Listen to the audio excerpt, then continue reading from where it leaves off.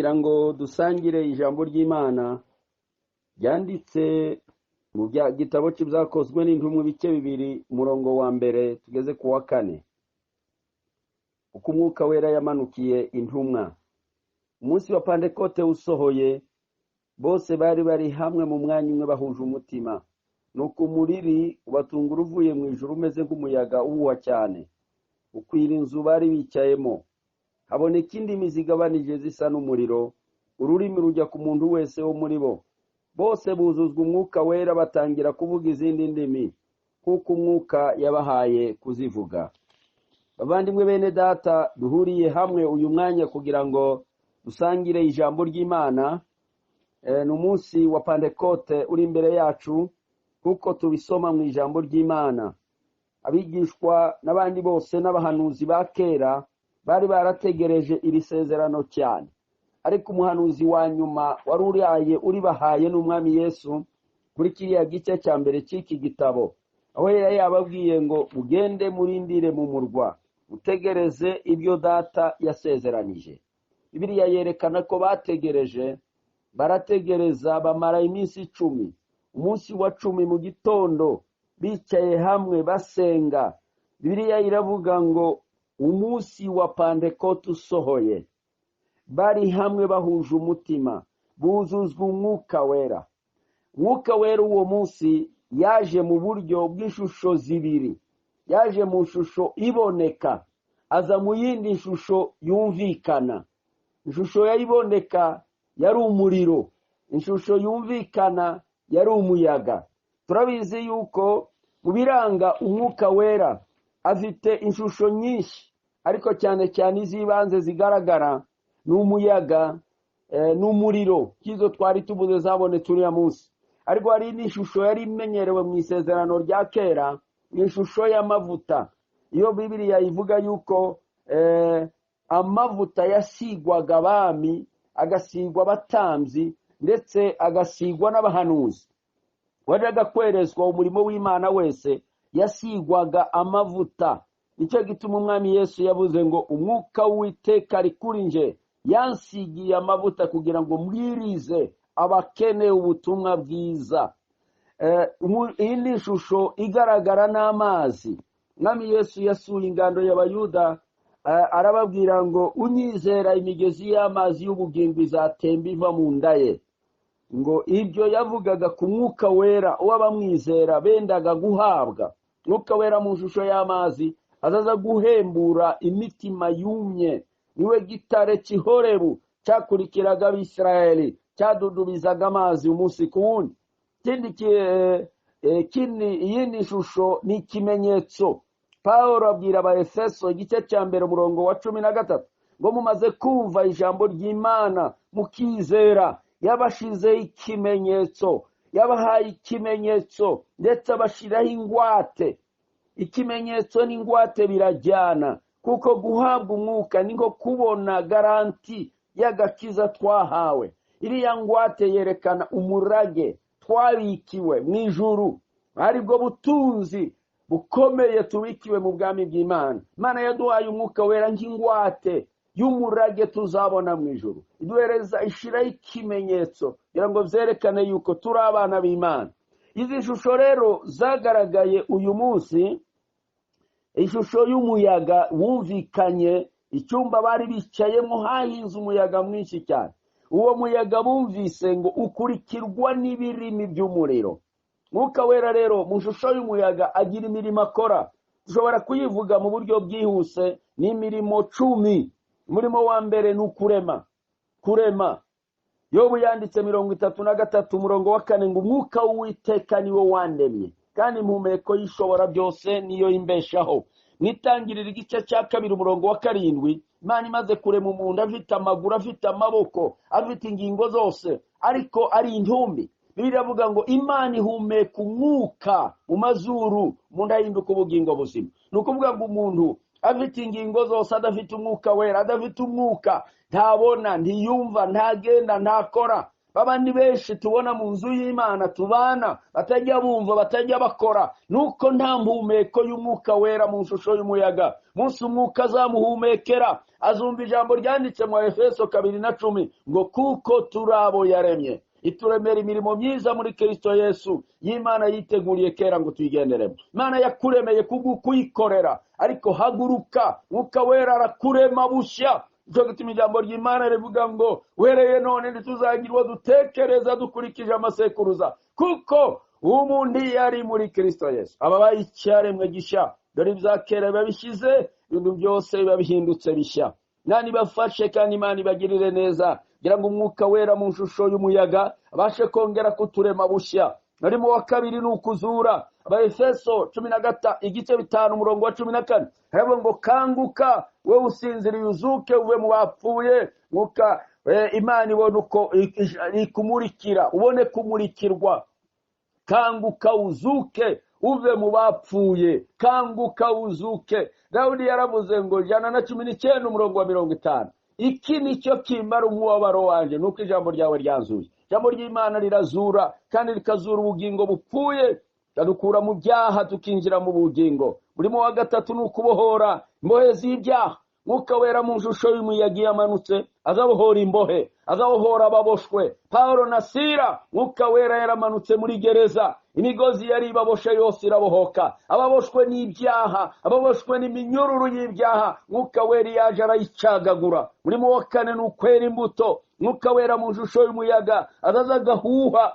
Bibiliya iravuga hariya mu ndirimbo ya Salomo 4:16 ngo huha huha wa muyaga uturutse ikusi, huha cyane kugira ngo imbuto zibashe kwera. Imana ibafashe mubashe kwera imbuto z'umwuka. Muri iki gihe turiko twiga Pentecote, turiko tuganira Bagalatiya 5:22 naravuga ngo rero dore imbuto y'umwuka n'imbuto imwe irimo ibisate cyangwa irimo ibice 9. Imbuto Imana idusoromaho, imbuto abantu badushakaho, n'imbuto bwacu twiyerera. Reka ngubwire mu bandimwe, mwuka wera mu shusho y'umuyaga yaje akera imbuto mu mutima wawe. Niyo ADN y'Imana n'abantu. Iyo abantu bashaka kumenya ko turi abana b'Imana, tureberwa ku mbuto. Ijambo ry'Imana riravuga ngo abayoborwa n'umwuka nibo bana b'Imana. Umuntu adafite umwuka w'Imana ntabwo bahuye n'Imana, ntabwo afite ADN y'Imana. Nta yindi shusho, nta kindi gipimo, nta kindi twapimiraho, nta kindi Imana ipimiraho abana bayo. Nuko bafite umwuka wera,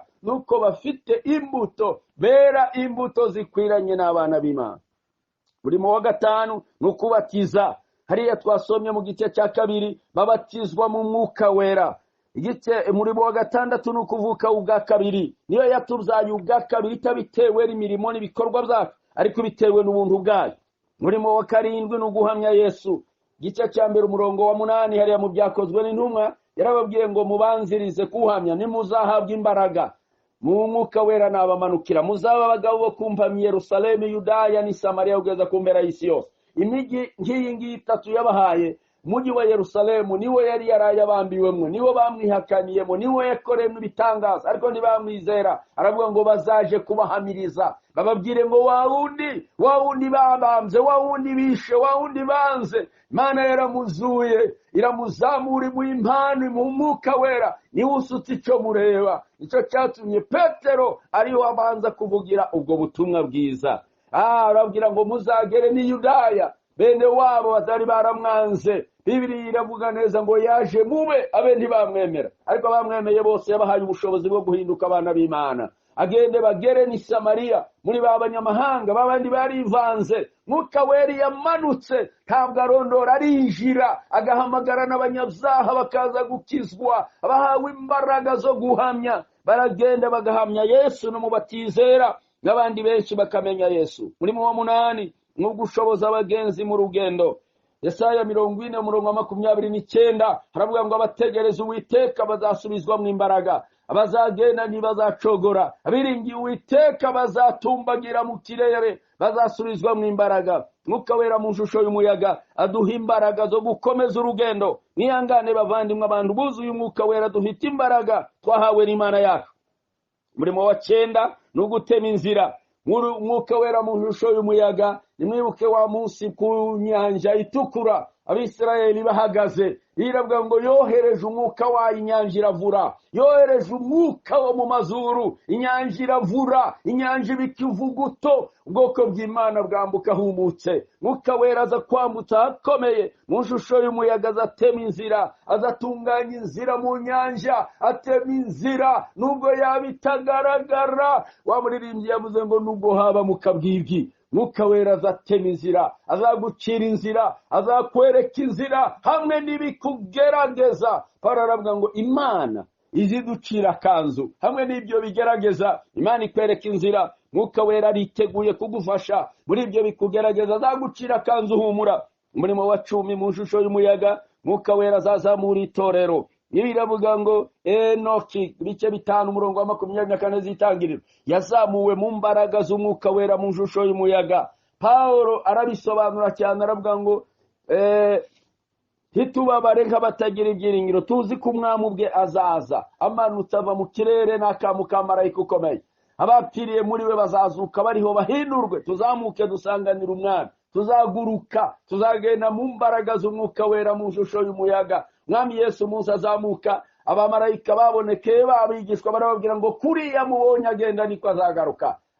Yesu wacu azaza, natwe niko tuzagenda. Mwuka wera ni uzazamura itorero mu shusho y'umuyaga, wa wundi wazamuye Eliya mu nkubi y'umuyaga. Niko dusoma igice cya 2 cy'igitabo cy'Abami cya 2 nongo wa 11 ngo hamanuka amagare, hamanuka umuyaga munini mu mbaraga nyinshi cyane, uramuzamura urabatandukanya na Elisa. Munsi umwe tuzatandukana n'isi, dusange Yesu, tuzabana n'umwami iteka ryose. Abakiriye umwuka wera mu shusho y'umuyaga, murubiki ubutunzi bufite ibintu bikomeye cyane.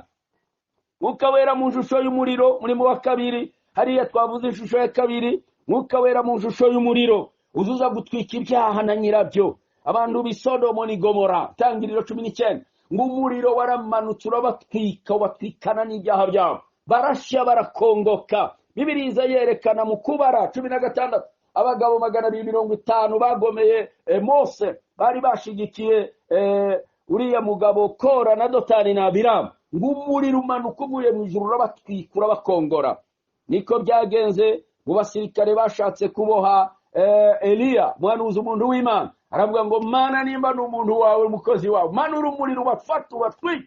Ariko hamanuka imbaraga z'umwuka wera mu shusho y'umuriro, zikabatwika zikabashwanyaguza. Abalewi igice cya 10, Nadabu na Abihu bene Aroni umunsi bazana umuriro w'igishitsi, biravuga ngo umwuka yaramanutse mu shusho y'umuriro, umuriro uramanuka urabatwika urabakongora, barashya barashira, n'ugupfa n'ugushira n'ibyaha byabo bigashya.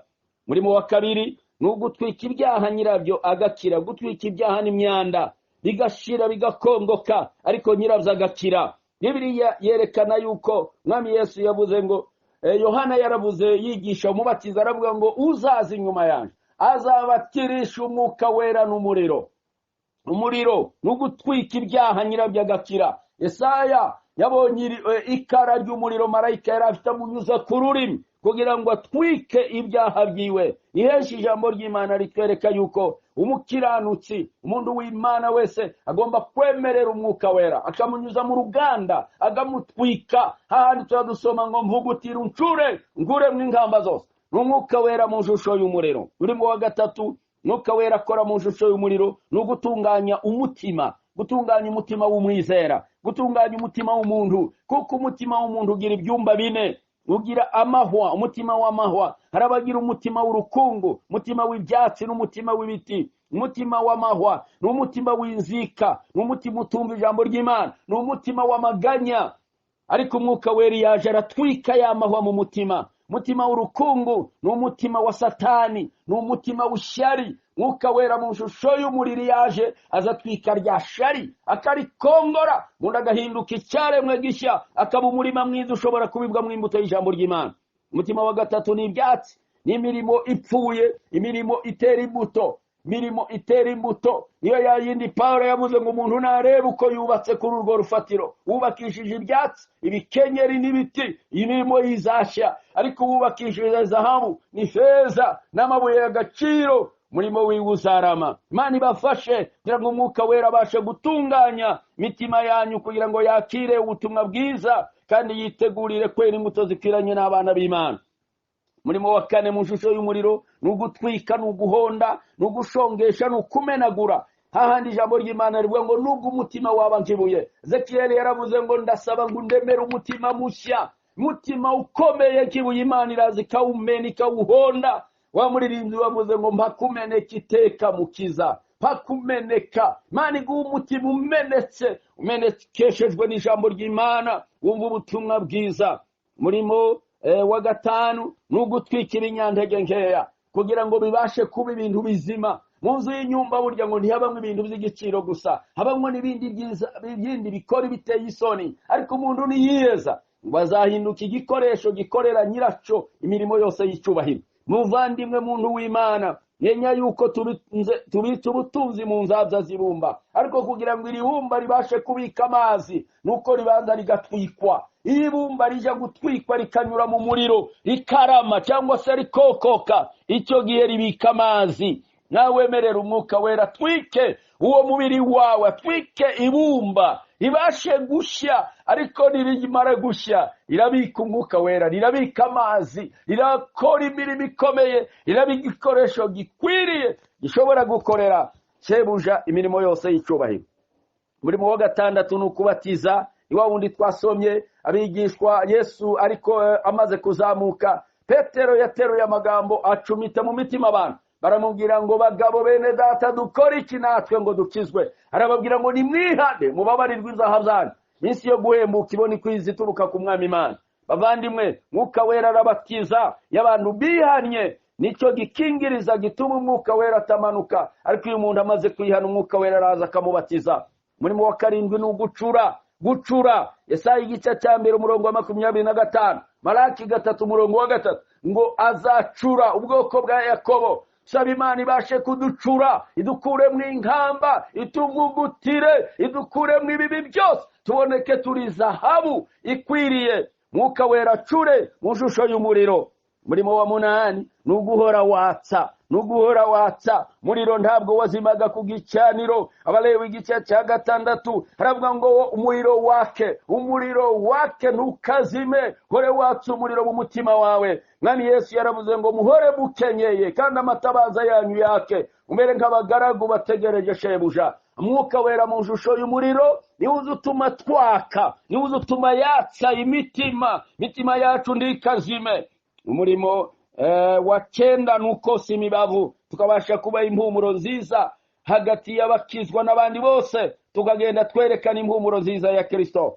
Umurimo wa 10 ni uguteka neza ibiryo by'ijambo ry'Imana. Abaheburayo igice cya mbere umurongo wa 7 haravuga ngo Imana yahinduye abagaragu bayo y'abagizi ibirimi by'umuriro, abamarayika n'abakozi bayo, ariko twebwe abakozi b'Imana ngo yaduhinduye ibirimi by'umuriro. Tugateka neza ijambo ry'Imana, teka neza ubutumwa bwiza, teka neza indirimbo. Mu Kristo munyamasengesho, mirimo yose ukora yitekesha umwuka wera. Nujya kuririmba uririmbe wuzuye umwuka, usenge wuzuye umwuka, nukora imirimo ikore wuzuye umwuka. Uzaba wayitekesheje neza umwuka wera mu shusho y'umuriro. Biryo byose wateka iyo bitanyuze mu muriro ntibiryoha, ariko teka neza ibiryo ijambo ry'Imana ibyo ukora mu murimo w'Imana bishe bitekeshwa umwuka wera mu shusho y'umuriro.